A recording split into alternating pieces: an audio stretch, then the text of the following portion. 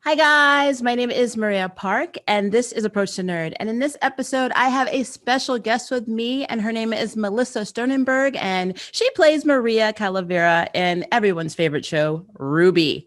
And we're going to kind of talk about how she got into the business and also what her thoughts is on her character and just random RWBY questions that she probably won't know. Because if she's like me, I'm also a voice actor. We don't know a lot about the shows we're in, but we're going to see how far we get. So here we go. Hi, Melissa. Thank you for being Hi. here. Hey, Maria. Thanks for having me. It's really funny. We've known each other for quite a while. Yeah, Gosh. So, a I long mean, time.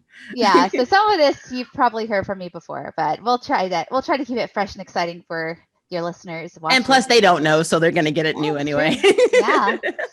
Okay, It's old is new so again. how did you get into voice acting?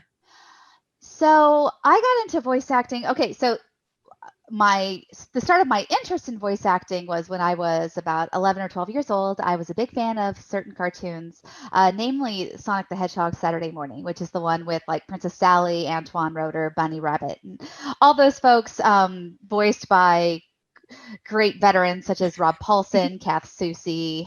I believe Jaleel White was the voice of Sonic. And so like that was my primary fandom at the time.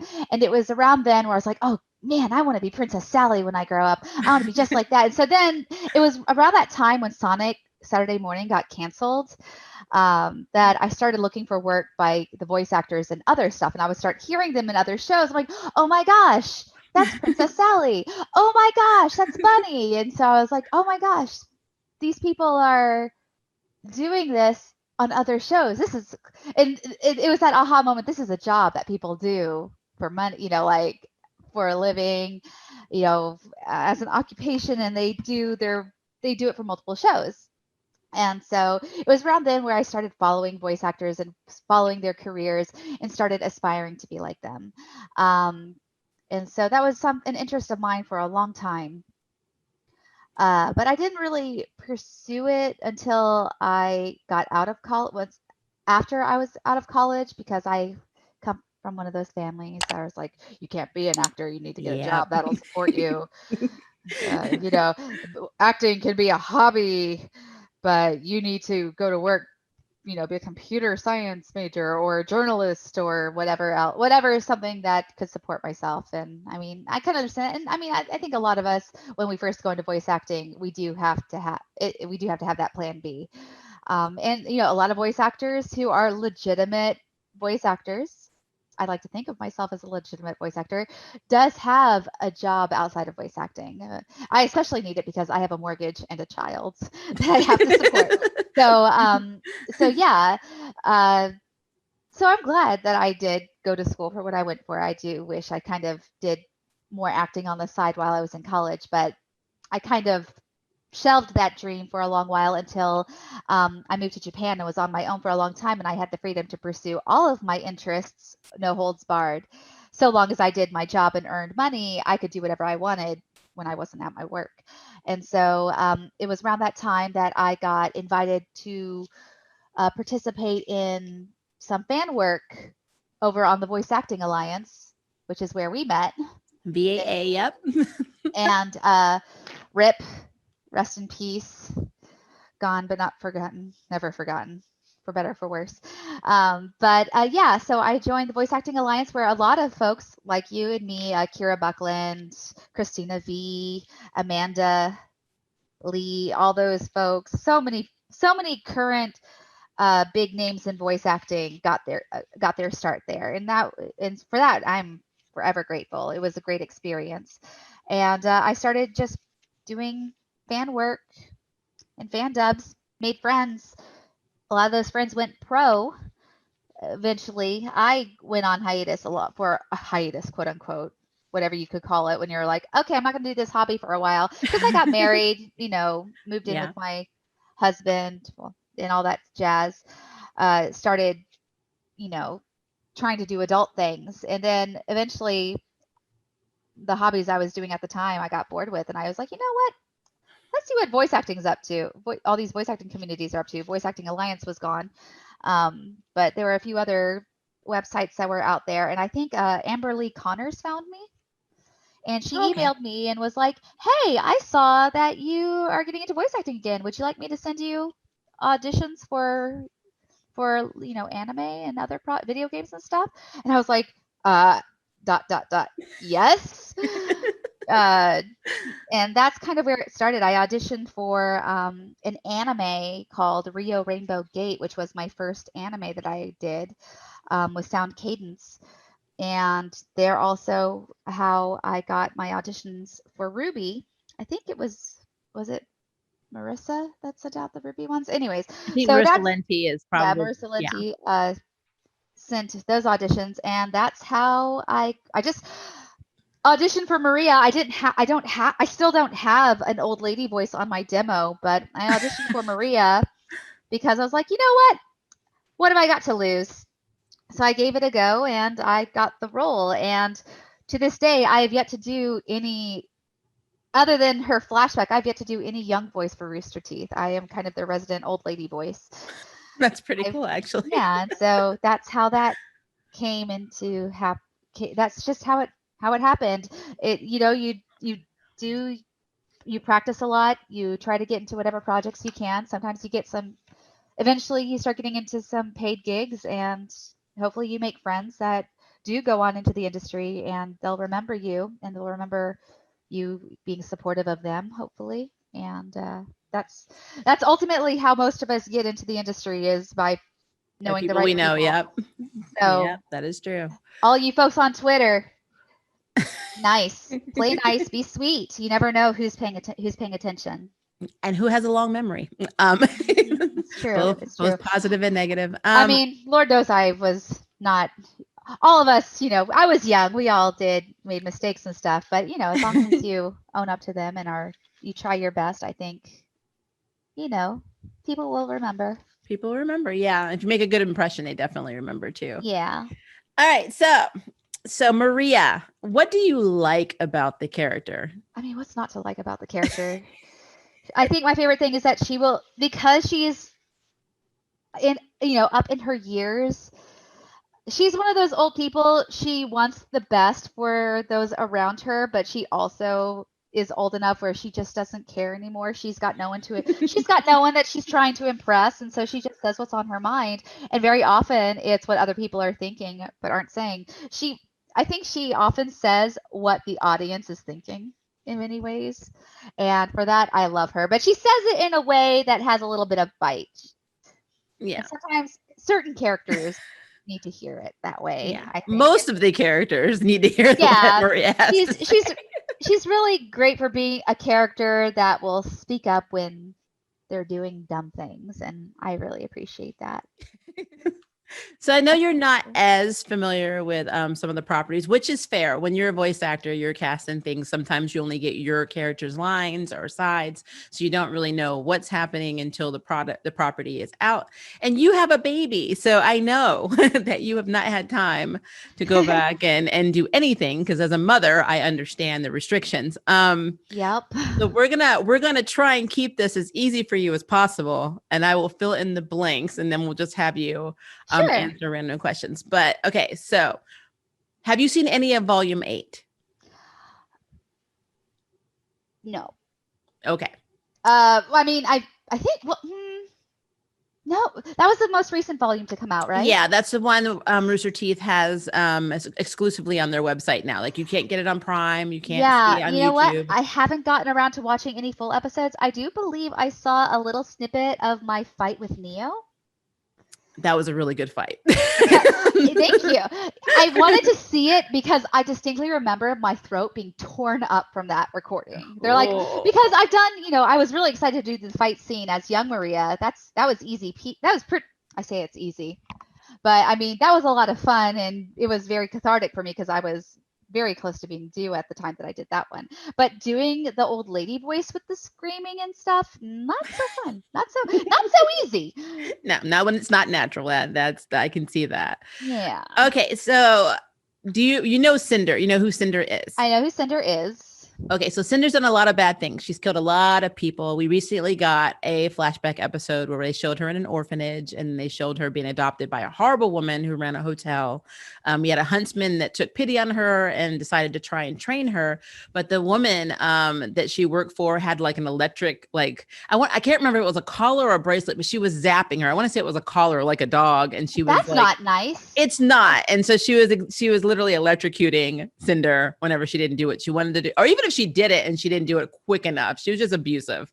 Okay. And so Cinder had a lot of abuse, and eventually she snaps one day and she ends up killing the woman that was torturing her and the two girls that were helping bullying her, and even the huntsman, because he charged at her because he pretty much had that kind of look on his face, like incredulous look, was like, could you just murder these people? Did I make a mistake with you? And so she ends up killing him. So Cinder, that kind of set the stage for all of the bad that Cinder has done in the series as a whole.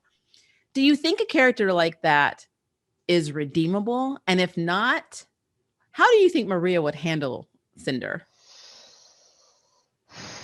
Okay, well,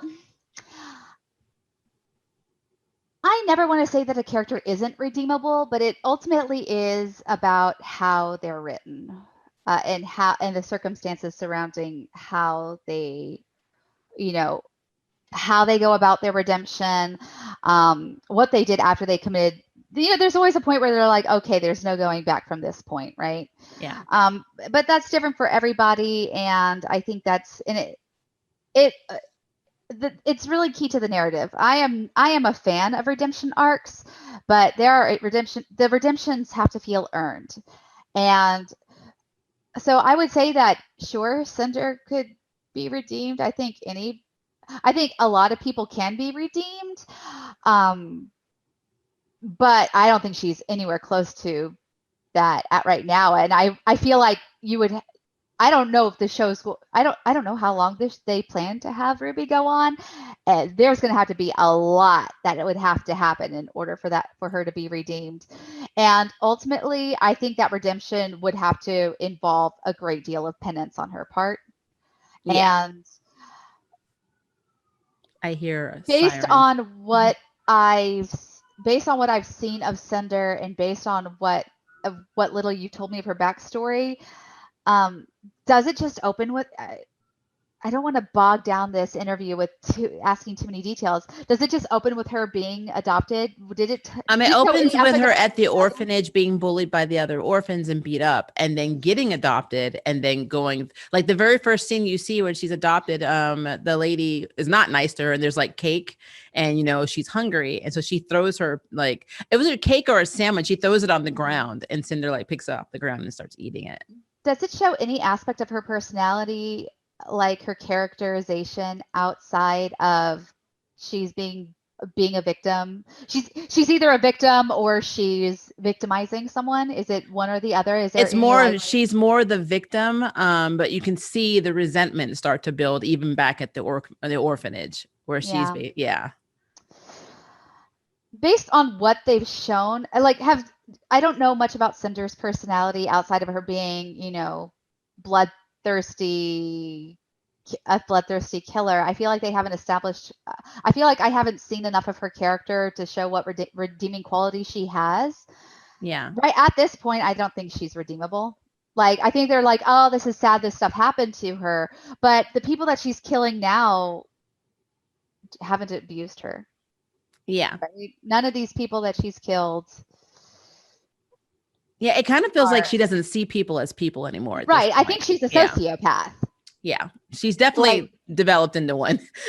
Yeah. And that's why I was asking, like, what personality traits did she exhibit during her flashback that would show that she's anything other than a sociopath? Yeah. I mean, honestly, from how Volume 8 is going, not much. As a matter of fact, I kind of feel like she's going to turn on everyone at this point because she's very power hungry, and she loves to, even in the past, she said, with the lady at the hotel, without you, it's something like, without you, I'm nothing, and she says that a lot now. And so it's just like, I don't know, her whole personality seems to be shifting down that whole sociopathic, path.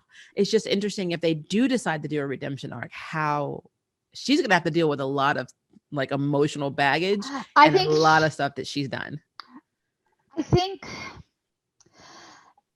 to me, the flashback, from what I've heard, what I know of it, is that it establishes she was a sociopath. She just needed the thing that pushed her over the edge to enable her to act out those sociopathic tendencies. If she did redeem, I'm not okay. I think it's most of my friends know I am not a fan of, in order to redeem yourself, you have to die. I don't think death is the only form of redemption, but I think with Cinders, it's going to have to be that. I agree with that. I absolutely agree with that. So yeah, I like your perspective though, because I'm really curious to see what people say in the comments about Cinder. I want to know if there's, because I've never asked this question in any of the reviews I've done. So I'm really curious to see what people think. If Cinder is redeemable, do you have to die? Does Cinder have to die to be redeemed? I mean, that would be interesting. It's an interesting perspective, I think, on how that is. But all right. So this is a question from someone else, and they said, if you couldn't play Maria and you had the chance to pick up somebody else's role, say something happened, they can no longer do it, what role would that be in RWBY? Weiss, probably. Weiss. You can tell Weiss is my favorite. Weiss or Nora. I think those two are they're two polar opposites, I realize. I know, they are very different. But those are the types of characters I like to. I really like playing snooty aloof characters. Those are my favorite types of characters to play. I really like playing, those big, those narcissistic personalities. Spoiled rich girls are my favorite types of characters to play. But Nora also, I feel, has a lot of dynamic line delivery, which I also think is a lot of fun. And in this volume, we've seen that she's very vulnerable too, because she feels like without her strength, she has no purpose.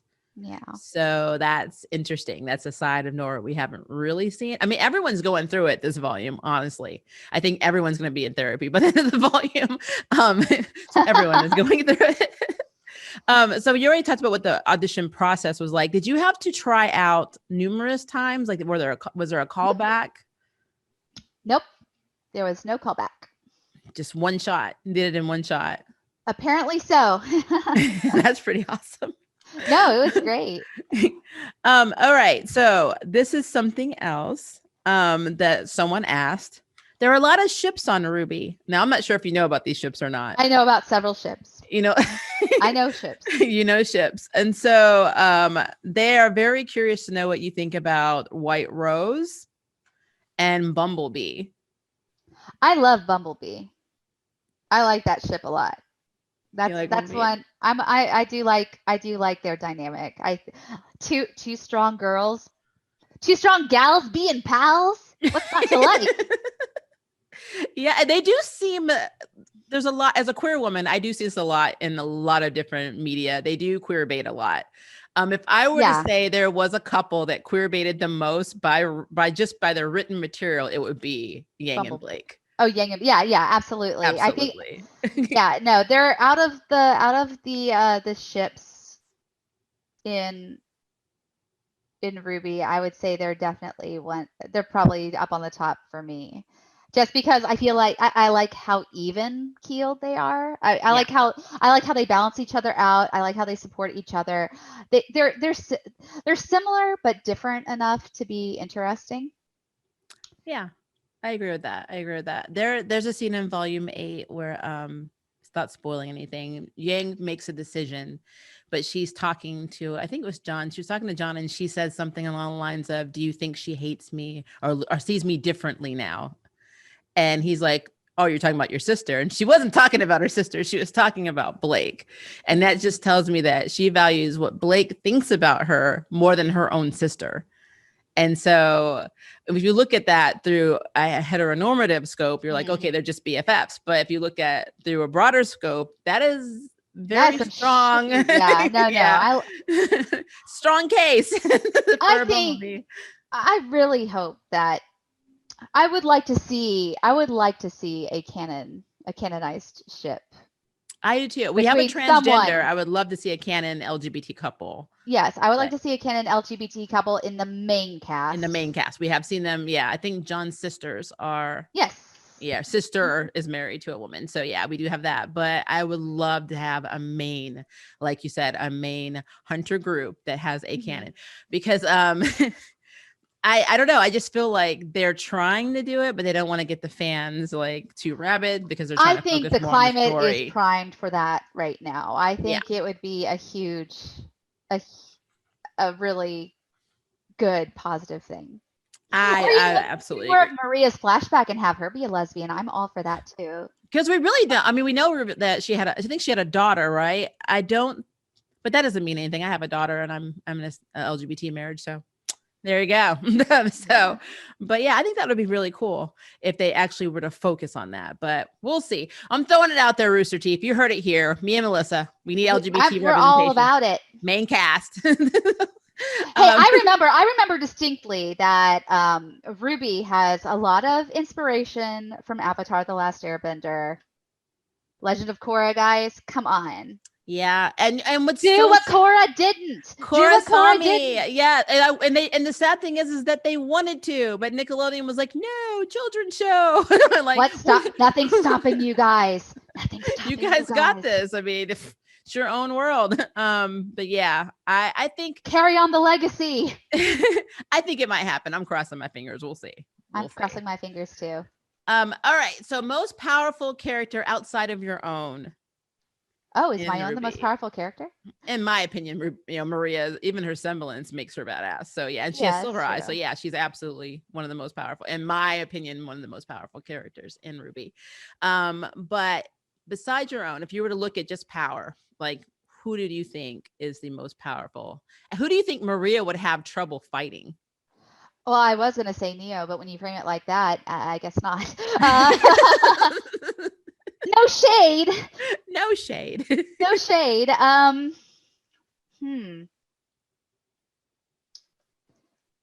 have to think about this. I'm not as familiar with everybody else's semblances. I only know of a few. Okay, then out of the ones that you know, the ones you're familiar with, who do you think Maria would have a hard time with? I feel like she would have a hard time fighting certain characters, but not because of their semblances. Let me think here. Let's take a look here.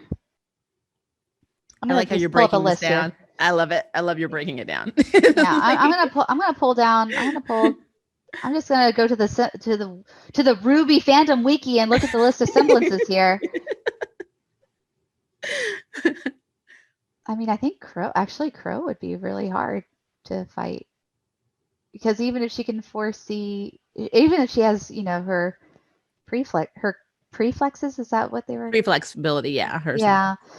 I feel like Crow would just find a way to, am I allowed to swear on this?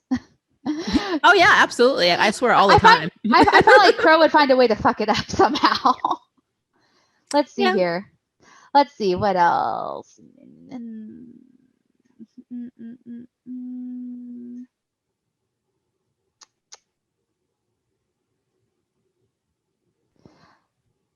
Ooh. Maybe. Gosh, there's so many. I know.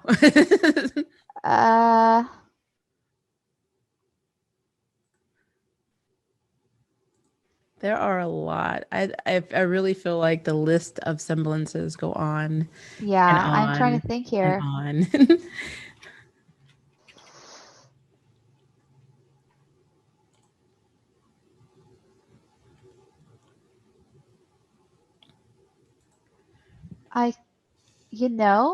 Cinder might be a toughie. Yeah, Cinder, and ironically, that fight does kind of occur.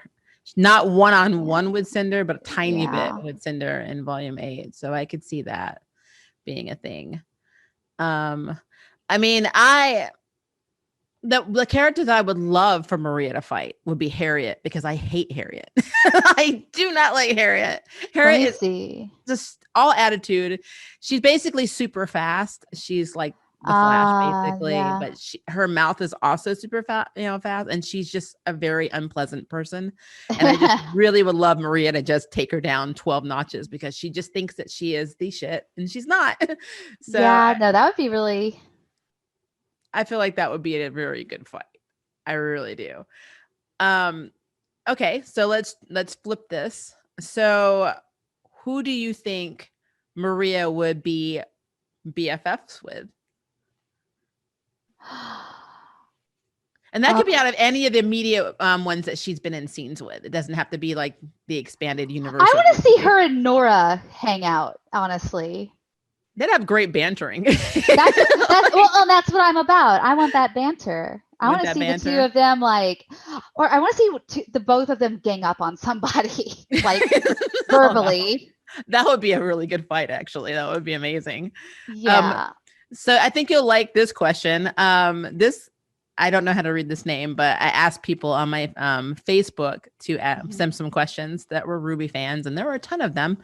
And I narrowed it down to these few. And this one is about Maria's relationship with Paladina.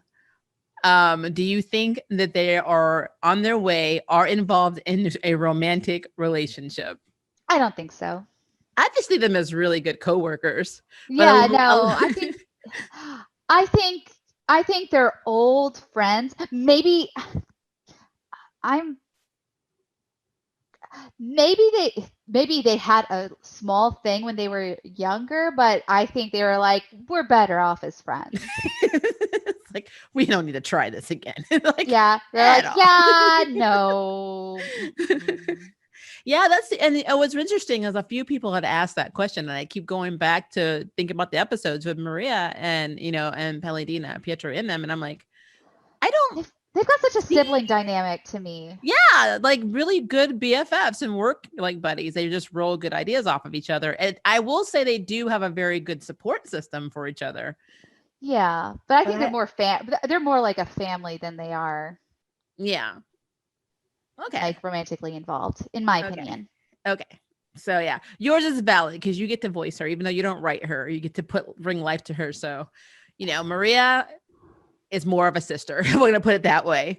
Okay. Well, and also I get strong, but at least bisexual vibes from Maria. Yeah. I just don't know who I would see her with in the current cast. There Not, are I mean, a lot of options. It's just I don't know who. Obviously, older options. yeah, I just don't know. just in her past. I think. See, I'm coming from like her younger self because I think she is happy flying solo. As far as like romantic options go, I think she's perfectly content. But I think when she was older, I feel I've always gone from an approach of her feeling herself so much, which was like part of her downfall. I feel like her hubris was cause for her getting her eyes cut out. Yeah. She got a little too cocky, a little too sure of herself. Yeah, and everyone referred to her as the Grim Reaper, so that didn't help. Yeah. Well, and her dad always told her like to reel it in a bit, and so I think I feel like she may have been like too into herself to really have a huge romantic involvement with anybody. Yeah. At least anything successful. Yeah. At least I mean, we obviously know she was in some sort of a relationship. She does have a child, but yeah, I see. Yeah, I do agree with that. So someone would like to know, and I can't read the writing.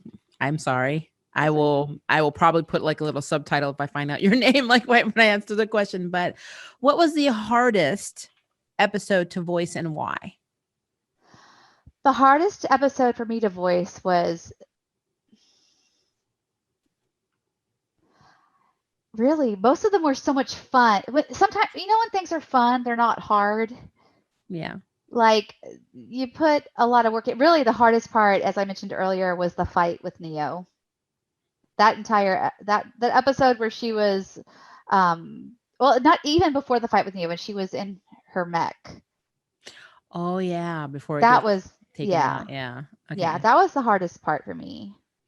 Okay. Okay, what was the funniest?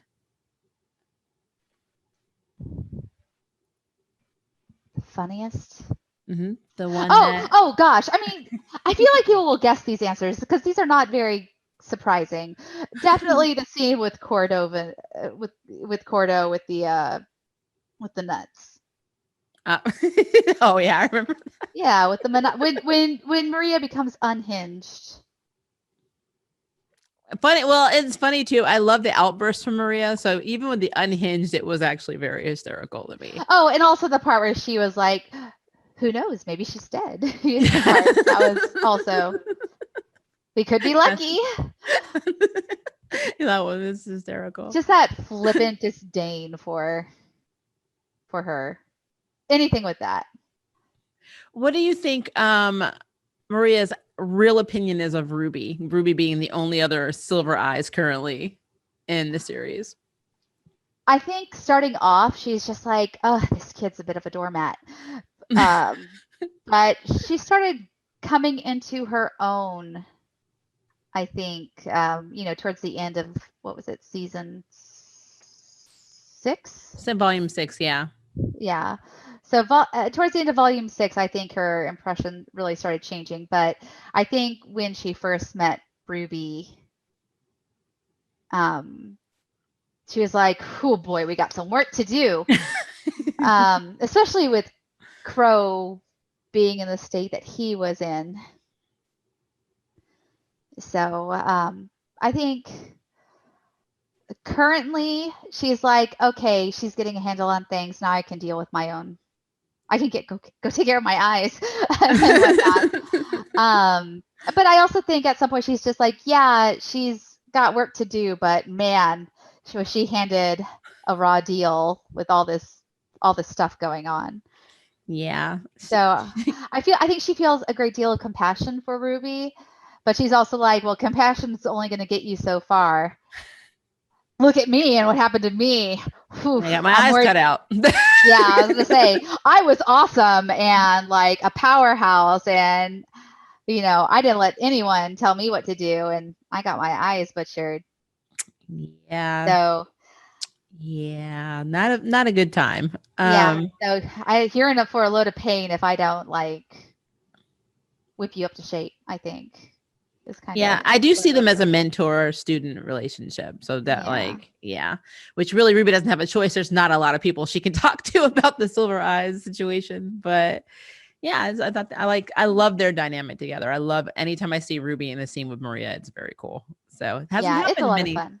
Yeah, I really need it to happen more in volume 8 because we're on hiatus until I want to say the middle of February. So, but things are like in a dark place right now. So, yeah, I really want to see. I want to see more of Maria. Period, because I love playing her. She's easily one of my favorite roles to play. But you can tell you're having fun just from the lines and the tone. Thank you. That's honestly the biggest compliment. Yeah, I love. You can always tell when an actor is just reading lines, and not because they're not acting. It's because they're just not putting themselves into it, and you definitely do. And those are actually my favorite kinds of voice. That's my favorite type of like animation to watch. Like when people talk about favorite dubs, my favorite dubs aren't necessarily the ones with like the most impressive dramatic scenes. It's the ones where I can tell the voice actors are enjoying themselves. Yeah, for sure. So Ozpin and Oscar. So eventually one of them is going to merge and rule out, and the other one will disappear. Mm-hmm. In your opinion, who do you think is going to win out in the personality, or I guess soul battle within Oscar's little body? I think Oscar's going to win. You think Oscar? So why do you think Oscar will win? I think Oscar will win because he still has a whole character arc to go through. This is an ace up their sleeve. I feel like that's what's gonna happen. That's what I want to happen. Because I feel like he's yet to really come into his own and take his fate by both horns. And I think Ozpin has his own redemption arc type stuff that he needs to He has a lot to be answerable for, and I think he's done a lot of shady stuff, really shady stuff, from what I've heard. Yeah, Osmond's Like, a very shady character. yeah, I feel like if anybody's going to have more of a redemption arc, it's going to be Osmond, and his redemption's going to be by letting Oscar live his life, because he's a baby. He is a He has his baby. whole life left to live. Like, just let him be. Yeah, I do agree with that. Leave Oscar alone. Hashtag save Oscar. Oh no. Um, so I know you said you like playing the bratty, rich girls. Mm-hmm. What do you think of Winter? Do you think that Winter is finally going to see that the side she's on, even though, she's very loyal to Atlas, is eventually going to be her downfall, and she will maybe join Team RWBY or Team Yang or whichever team she decides to run to at this point? How What do you awesome think? would it be if she deferred to her younger sister? I think that would be cool. That is what I want to see. What I think will happen, I don't know, but that is what I would want to see. Like, is for her to for her zealous loyalty towards Atlas to result in her having to realize that she needs the help of Team RWBY, and if each character has to, if each of the main four need to do their own thing, she will actually let her sister lead the charge. I would love that. I mean, Weiss has made a very significant baby step with Whitley, but I know Weiss has always looked up to, Winter, and Right. and I would love to have it where Winter's like, maybe I'm wrong, because Ironwood at this point, Ironwood has lost his ever loving mind. He's done something in Volume 8 that I am so jealous of Jason right now for having this amazing storyline that he's going through. Oh my gosh. But it's like when we saw what he did, and I'm trying not to spoil it for you because I know you haven't seen all of Volume 8, but he does something in front of, Winter and even Harriet, which is another reason I dislike Harriet. Just proves my point that she's just not worth it. But Winter sees this, and her eyes get very big, but she's still, even though you can tell that Winter is very affected by this, she's even to the point where you see her hand, it kind of twitched a little bit when he's giving her orders. She's so duty bound that she still carries the orders out. So I'm just wondering what it will take for Winter to finally say, you know what, Ironwood, you may be a little batshit crazy, so I'm going to go this way with my sister, So yeah, that is a thing. And let's talk about Salem. Salem.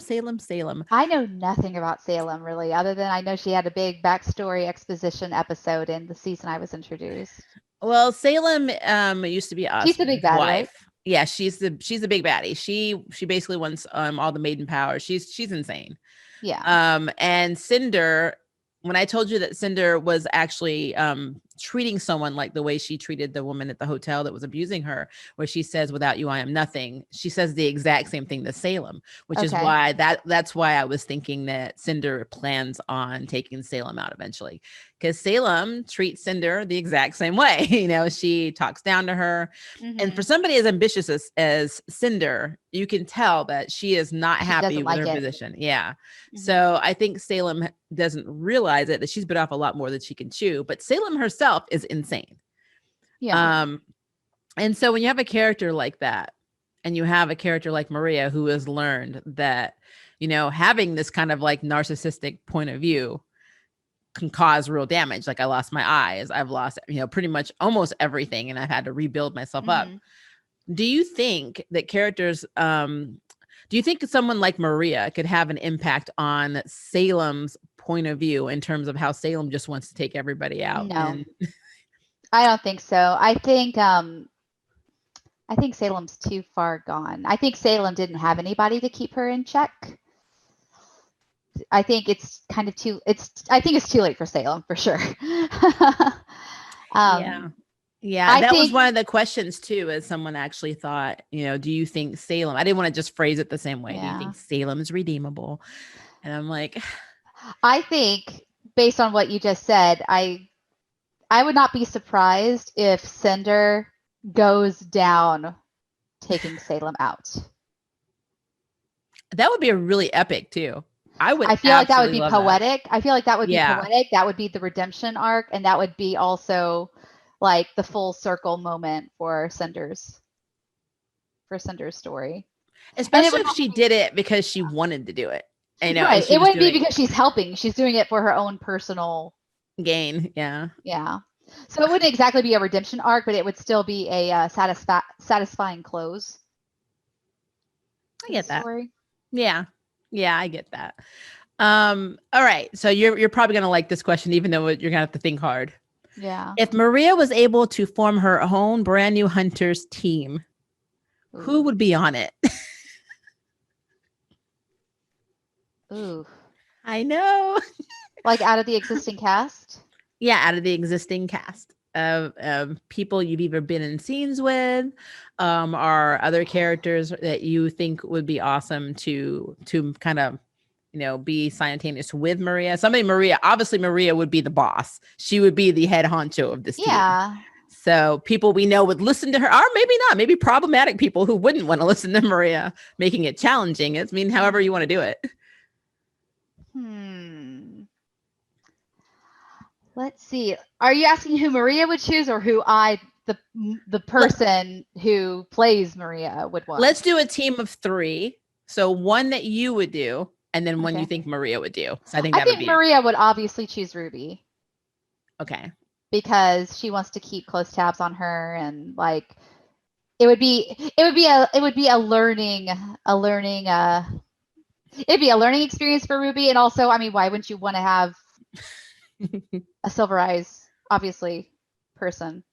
Yeah. On the team.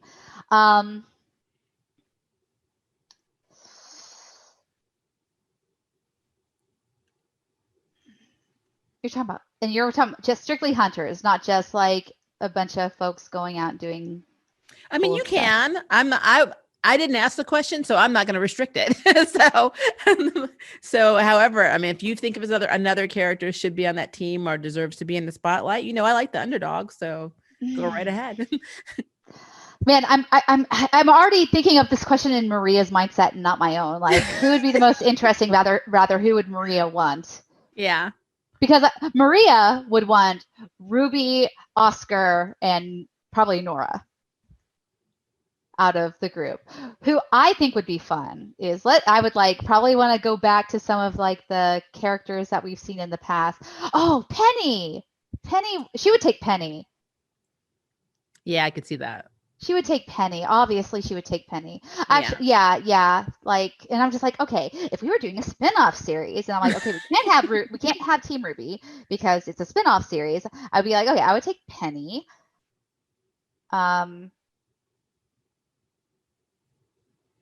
You're right. This is a hard question. It's a hard one. I was still thinking about it too, and I've had it for like a week. I was like, I don't know who I put on this team. And there's so many characters I don't know or that Maria doesn't know that could really be fun. Good impact, yeah. That could just have a fun dynamic. And it could be a villain too. It could be someone like Adam or Emerald.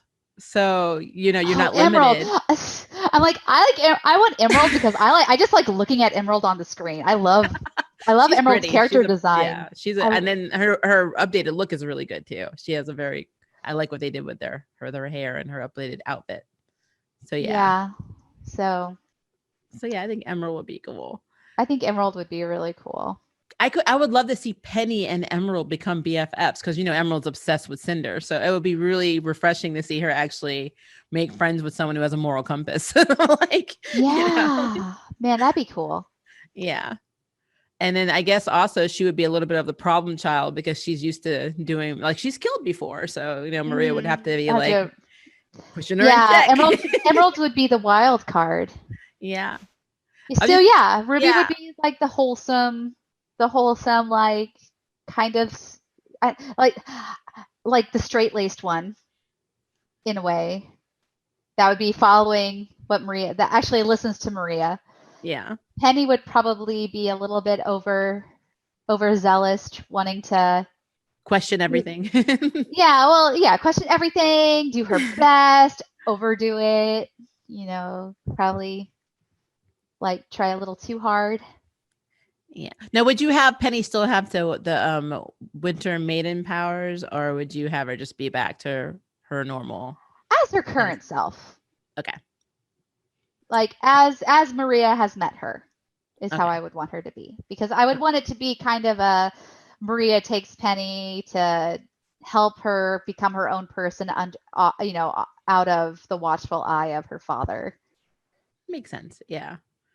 Like give her space to grow and spread her wings, but make sure she doesn't, kill herself by accident or someone else.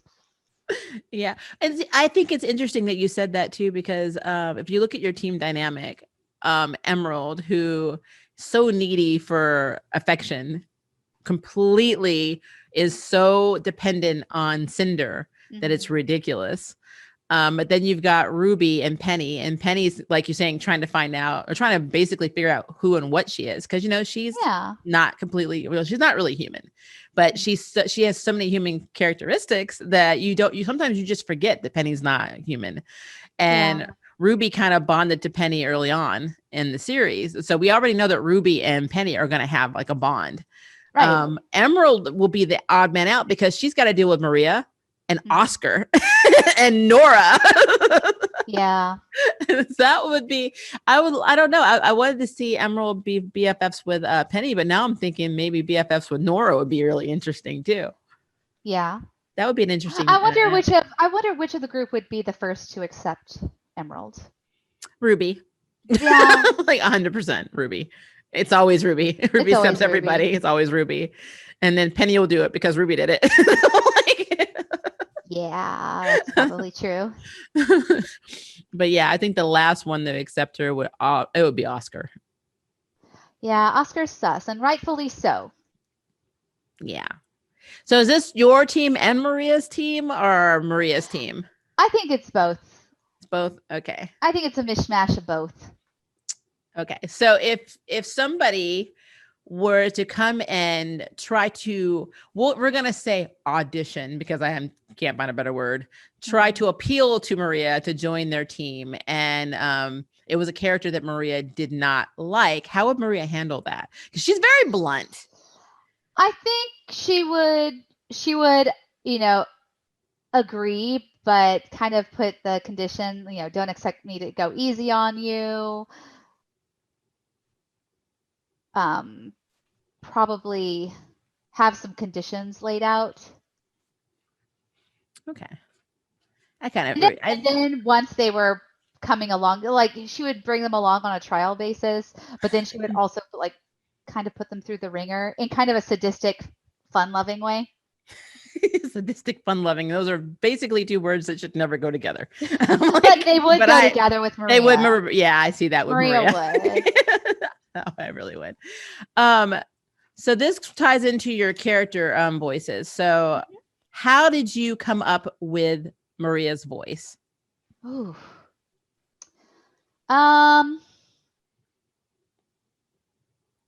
Gosh. So I think she was somewhere between like, there's kind of that saying, what good actors steal and make it their own, or something like that. I remember hearing that. Imitation somewhere. Is the highest form of flattery. Something like that. And so a lot of voice acting, like, I don't know about you, but I spend a lot of time in private just like coming up with voices, like just reading various lines, sometimes imitating people. Like if I see something on TV and I think it's funny or I think it's interesting, I try mimicking it.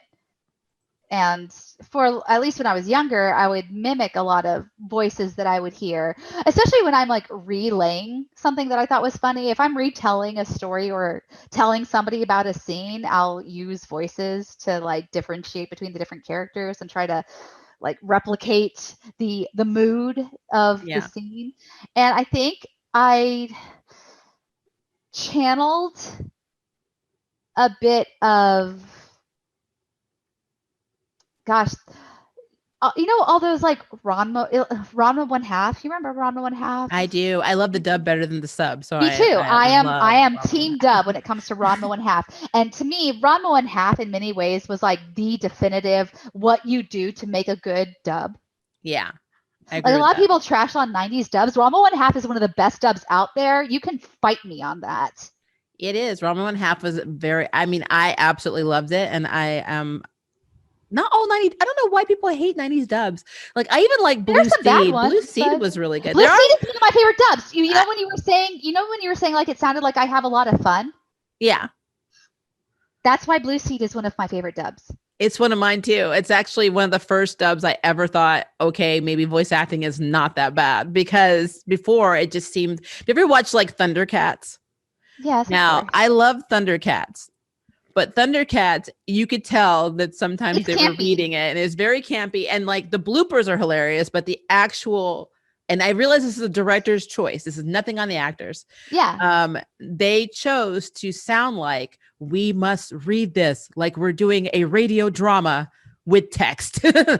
It's just like it was like, okay, are we hooked on phonics? Is this the William Shatner style of acting? I don't know what's happening. If you think about it though, in a way, the way Thundercats, the voices of those the original She-Ra and Thundercats and all of those, that kind of defined that specific era though, if you think about it. Everyone sounded like they were in pain or they had to take a shit. I'm being honest. It was like or like they were talking to someone across the room with their legs spread out and their fists on their hips. Yep. Right? Yeah. It was hilarious. So whenever I think about 90s dubs, I'm like, they actually improved so much in terms of the director saying, hey, we can emote, we can have fun, and it can still work in this property. So Blue Seed was one of the first ones. I love Devil Hunter Yoko too for that. I know it gets a lot of crap. The original ADV. Yeah, the original ADV with Amanda Wynn Lee. I absolutely loved. She played Momiji in Blue Seed, so I absolutely loved her portrayal as Momiji. I loved her as Yoko because that was her personality. It was just amazing to me. So yeah, no, she was having so much fun with it. You could tell that these people were fans. Yeah, they were definitely fans of the genre. That's the problem that I have a lot today, is that not that voice actors don't have fun. It's just that sometimes it's frowned upon. There have been studios that I worked at where being a fan of an anime or being a fan of a property is actually looked down upon, and showing any excitement so weird to me. Yeah, if you showed any excitement for that property, it was like, oh, you're one of the things I would hear was your fan is showing. I remember that. I remember being in an audition and hearing that. Okay. So that is that's awful. Okay, I'm going to go ahead and just go out and say that is terrible. Whoever does that, shame on you. Yeah. Because let me tell you, Miles Luna is one of my favorite people to voice act for. He would direct most of my RWBY sessions, and his enthusiasm for the story and for the show is so infectious that you reflect it in your voice acting. Yeah. And because of his enthusiasm, his just unbridled enthusiasm for the show, he brings out your most energetic performances. And so when you're having fun, rather than just like going in and out of the studio, like, okay, clock it in, go in and go out. When you're having fun with the recordings, when you're having fun with the performance, that's when your best work is done. Yeah, I agree.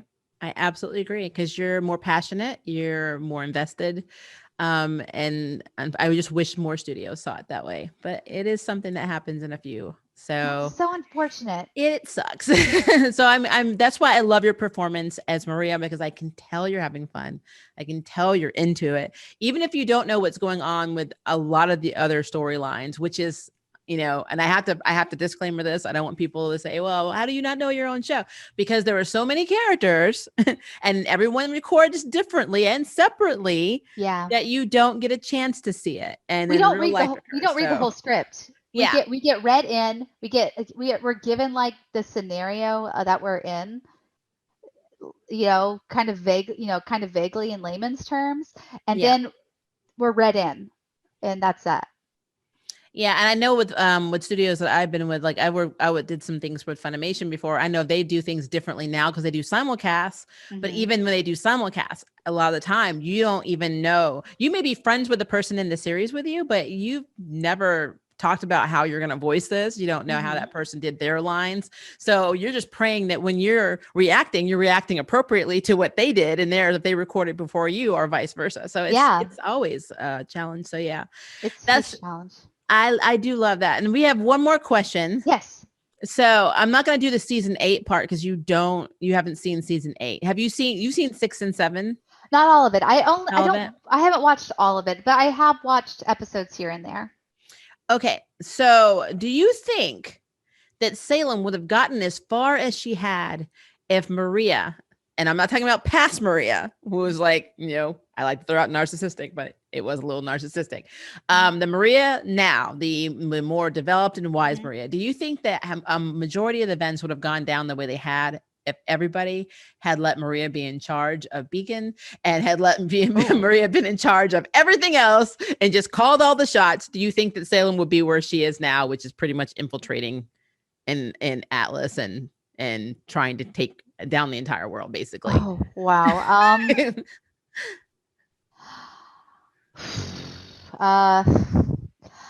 I don't think Maria has the patience to be to be a leader on that scale. That's fair. So I think things could have possibly been worse if she had been in charge. So you think it would have happened sooner rather than later if Maria had called the shots? It would have either happened sooner. She would have gotten a lot more people killed. Because I think as soon as she caught wind of what was going on, she would not wait. She would not bide her time to take care of it. She would take care of it ASAP with what she has, and it probably would not have been enough. That is a very good observation. Now, you know what? I think I agree with that. So yeah, tells you how much you know your character. All right. Thank you, Melissa, for doing this. Yeah, I know that time is going away, but I'm going to see if I can get you on in the future because, RWBY starts up in February. So maybe we can critique an episode or something together because I think that would be pretty fun.